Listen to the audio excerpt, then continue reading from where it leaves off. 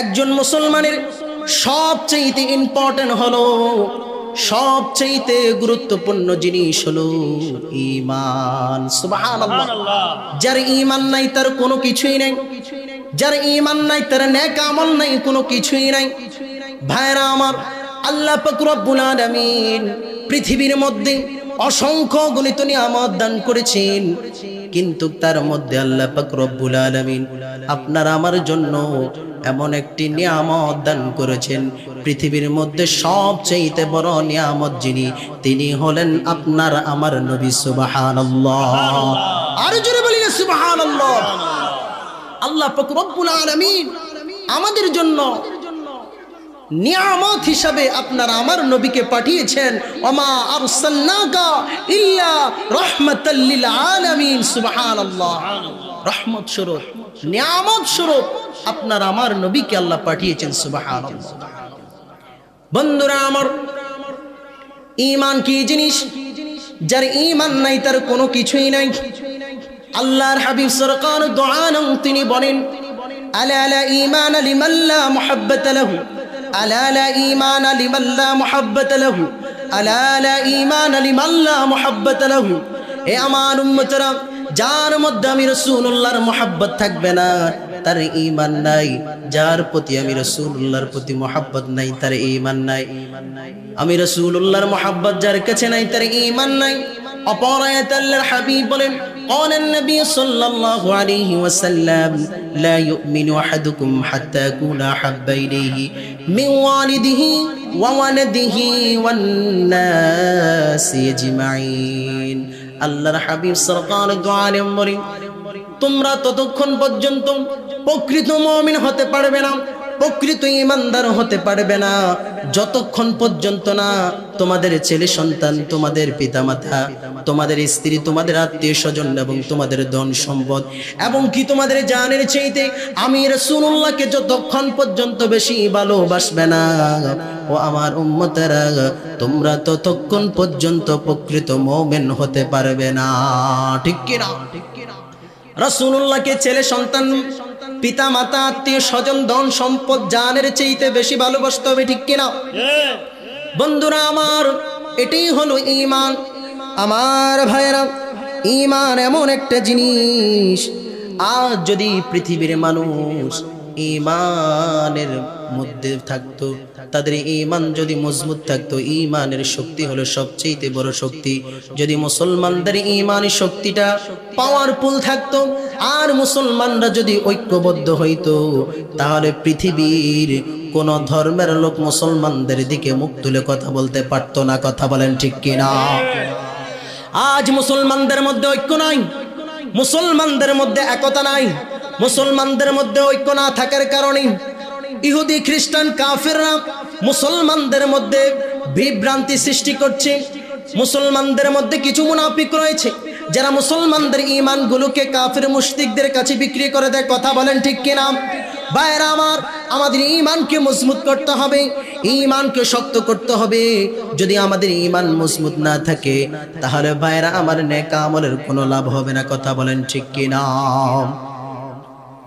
ঈমানের শক্তিতে বদরের যুদ্ধ সহ অসংখ্য যুদ্ধের মধ্যে মুসলমান সাহাবীরা কাফের মুশরিকদের সংখ্যাকে তাদের সাথে বিরুদ্ধে যুদ্ধ করে তাদেরকে পরাজিত করে মুসলমানরা জয়লাভ করেছে। বলি না সুবহানাল্লাহ। বদরের যুদ্ধে মুসলমান সাহাবীদের সংখ্যা ছিল 313 জন, আর কাফের মুশরিকদের সংখ্যা ছিল 1000 জন। মুসলমান সাহাবীদের 313 জন সাহাবী সৈন্য নিয়ে তারা কাফের মুশরিকদের সাথে 1000 সৈন্যকে পরাজিত করে জয়লাভ করেছে। সুবহানাল্লাহ।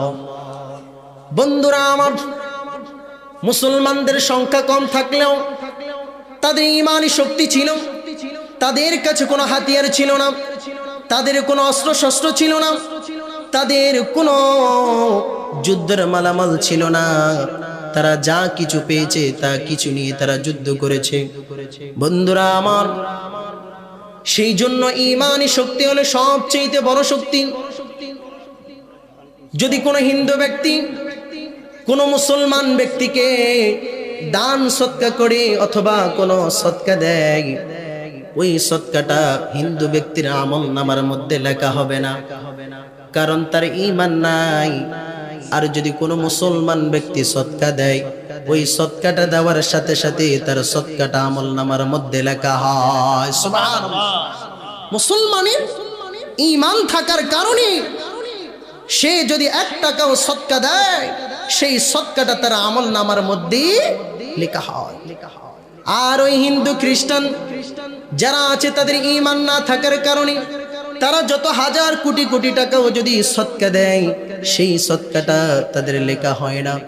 এই জন্য বন্ধুরা আমার, আগে ঈমান মজবুত করতে হবে, ঈমান শক্ত করতে হবে। আখলিস দীনকে ইয়াকফিকাল আমালুল কলিল, অল্প আমলে নাজাতের জন্য যথেষ্ট হয়ে যাবে।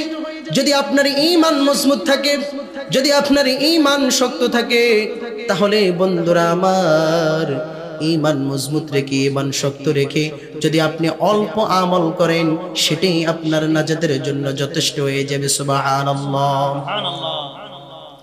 ভাইরা আমার, একদিন এক ইহুদি এক আল্লাহর ওলির দরবারে এসে জিজ্ঞেস করলো, আল্লাহর ওলি, যখন আমরা আমাদের উপাসনা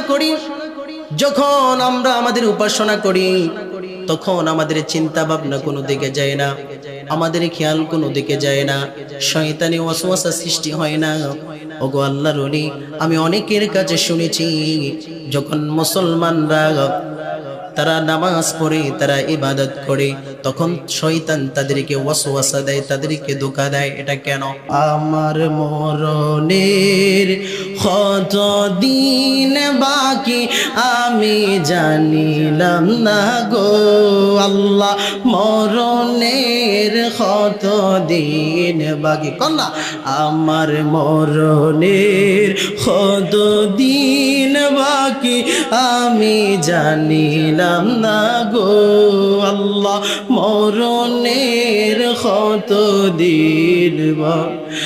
আর আজরাইল আসিয়ার যখন হস্তে দিবা দড়ি, আজরাইল আসিয়া যখন হস্তে দিবা দড়ি, তখন আমার মনা বাই করবা লুকালুকি আমি জানিলাম না গো আল্লাহ, মরণের কত দিন বাকি আমার, মরণের কত দিন বাকি আমি জানিলাম না গো আল্লাহ, মরণের দিন।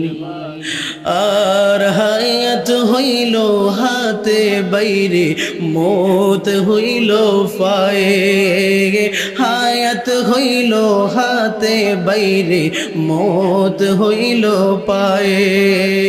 যেই জায়গায় যার মরণ লেখা, সেই জায়গা সেই মোরে আমার। হায়াত হইল হাতে বাইরে, মৌত হইল পায়ে। যেই জায়গায় যার মরণ লেখা, সেই জায়গায় সেই মোরে আমার। মরণের কত দিন বাকি আমি জানিলাম না গো আল্লাহ, মরণের কত দিন। আর 40 দিনের আগে বাইরে মৌতের নিশানি, 40 দিনের আগে বাইরে মৌতের নিশানি। জমে দুতে বাইন্দা নিবা, চোখে দিয়া গান্ধি আমি জানিলাম না গো আল্লাহ, মরণের কত দিন বাকি আমার, মরণের কত দিন বাকি আমি জানিলাম না গো আল্লাহ, মরণের কত দিন বাকি। আল আসর অর্থ হলো সময়। এই সূরার আয়াত হলো 3টি। এই সূরাটি মক্কি সূরা, মক্কায় অবতীর্ণ হয়েছে। এই সূরা কুরআনুল কারীমে 114টি সূরার মধ্যে 103 নম্বর সূরা। এই সূরার আল্লাহ তাআলা সময়ের শপথ করে মানব জাতিকে সতর্ক করেছেন। আল্লাহ পাক রব্বুল আলামিন তিনি বলেন, বিসমিল্লাহির রহমানির রহিম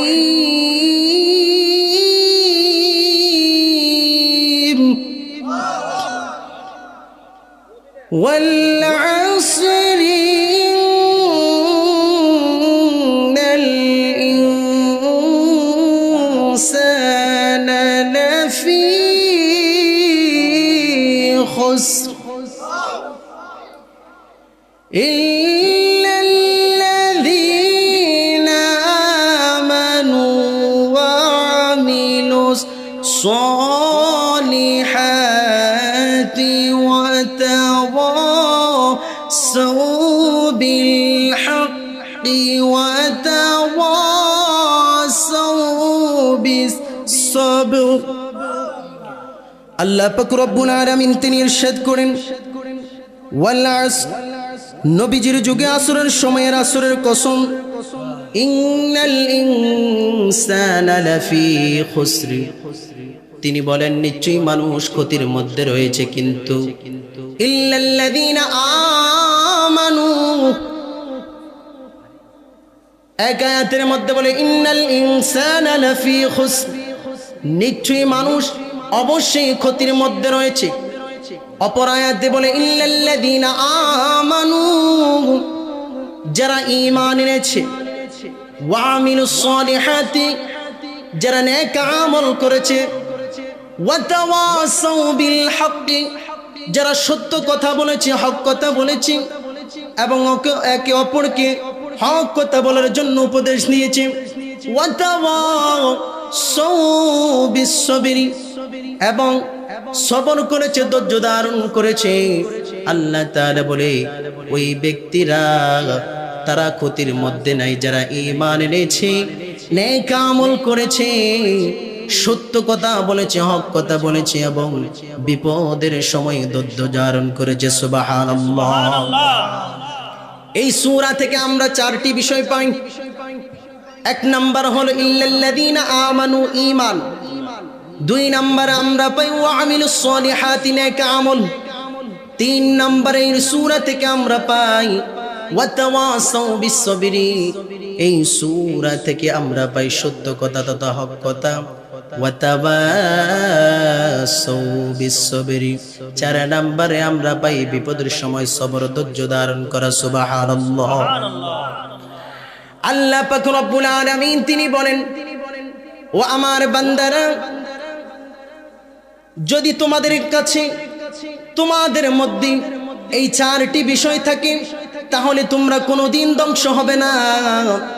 এই সূরা আল আসর থেকে আমরা পেয়েছি সর্বপ্রথম হলো ঈমান, 2 নাম্বার হলো নেক আমল, 3 নাম্বার হলো সত্য কথা তথা হক কথা, 4 নাম্বার হলো সবর, ধৈর্য ধারণ করা।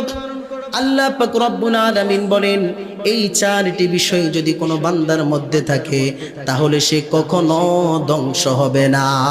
সুবহানাল্লাহ। সর্বপ্রথম কি? ঈমান।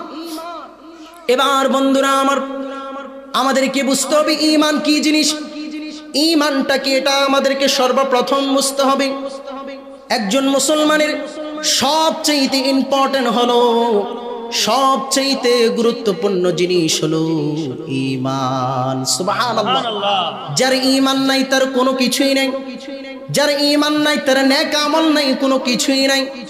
ভাইরা আমার, আল্লাহ পাক রব্বুল আলামিন পৃথিবীর মধ্যে অসংখ্য গণিত নিয়ামত দান করেছেন, কিন্তু তার মধ্যে আল্লাহ পাক রব্বুল আলামিন আপনার আমার জন্য এমন একটি নিয়ামত দান করেছেন, পৃথিবীর মধ্যে সবচেয়ে বড় নিয়ামত যিনি, তিনি হলেন আপনার আমার নবী। সুবহানাল্লাহ।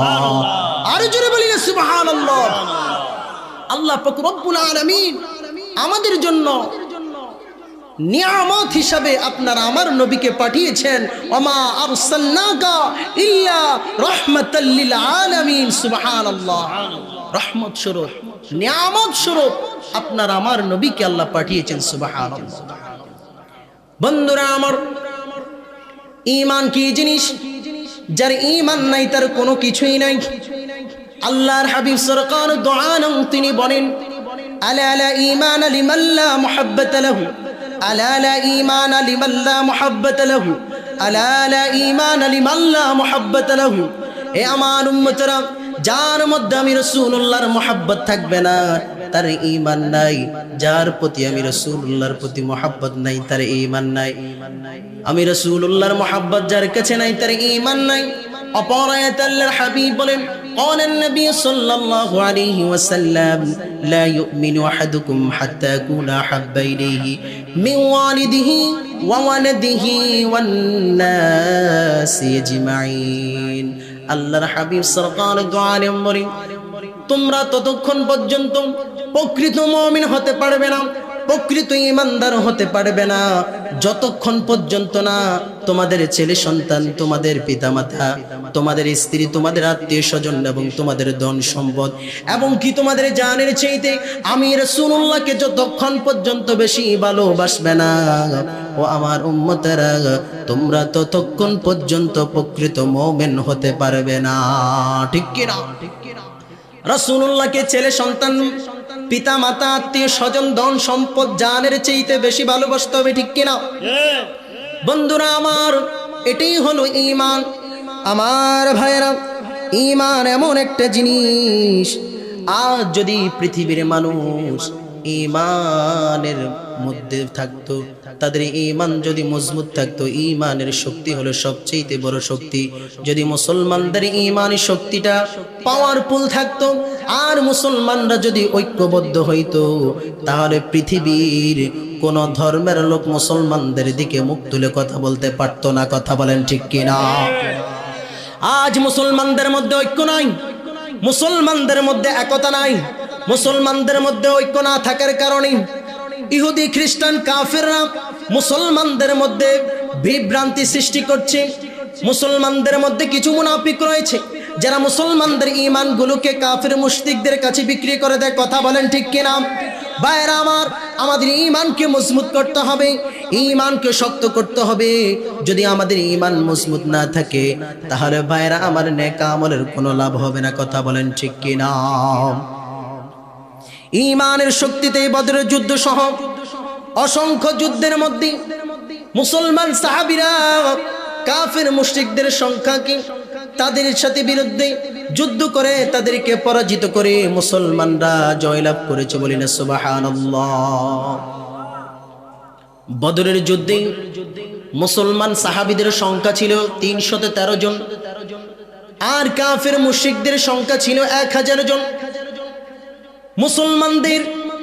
মুসলমান সাহাবীদের 313 জন সাহাবী সৈন্য নিয়ে তারা কাফের মুশরিকদের সাথে 1000 সৈন্যকে পরাজিত করে জয়লাভ করেছে। সুবহানাল্লাহ।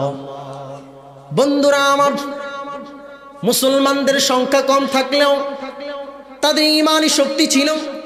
তাদের কাছে কোনো হাতিয়ার ছিল না, তাদের কোনো অস্ত্র শস্ত্র ছিল না, তাদের কোনো যুদ্ধের মালামাল ছিল না।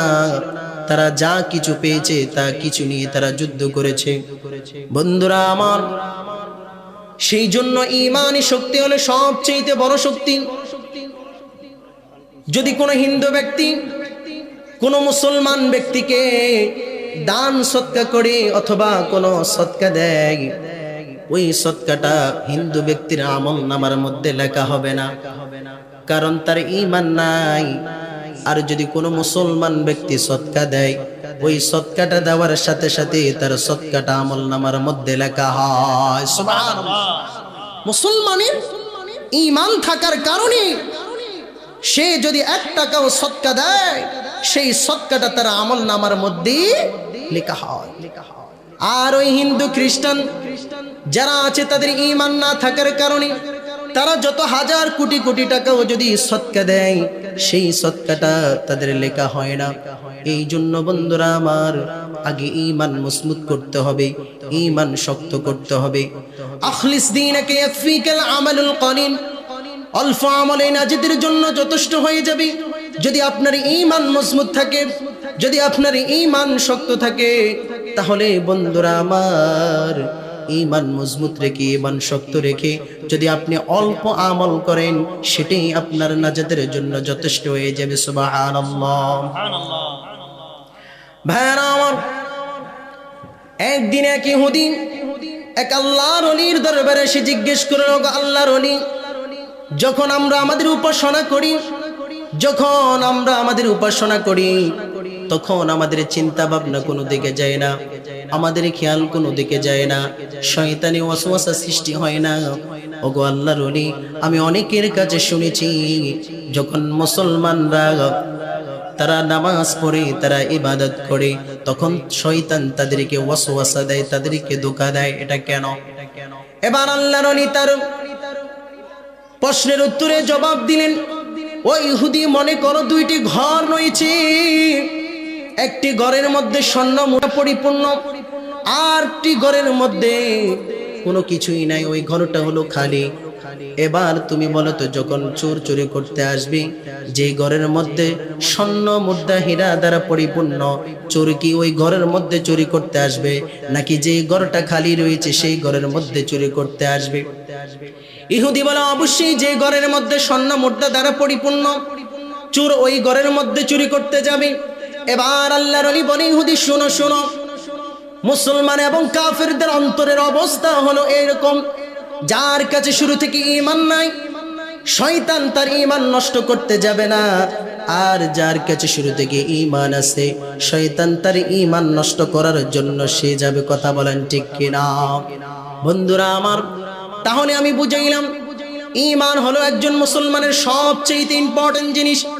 বন্ধুরা আমার, যার ঈমান নাই তার কোনো কিছুই নাই। এই জন্য ভাইরা আমার, ঈমানকে মজবুত করতে হবে, ঈমানকে শক্ত করতে হবে। ঈমানের পর আল্লাহ পাক রব্বুল আলামিন বলেন, ওয়া আমিলুস সলিহাতি, আমলে সলিহা, তোমরা নেক আমল করো, তোমরা বেশি বেশি নেক আমল করো। আর নেক আমলের মধ্যে সর্বপ্রধান যেই আমলটা, সেটাই হলো নামাজ। ঠিক কিনা? আমি ছেড়ে দিচ্ছি, আর সামনের দিকে দীর্ঘিত করব না।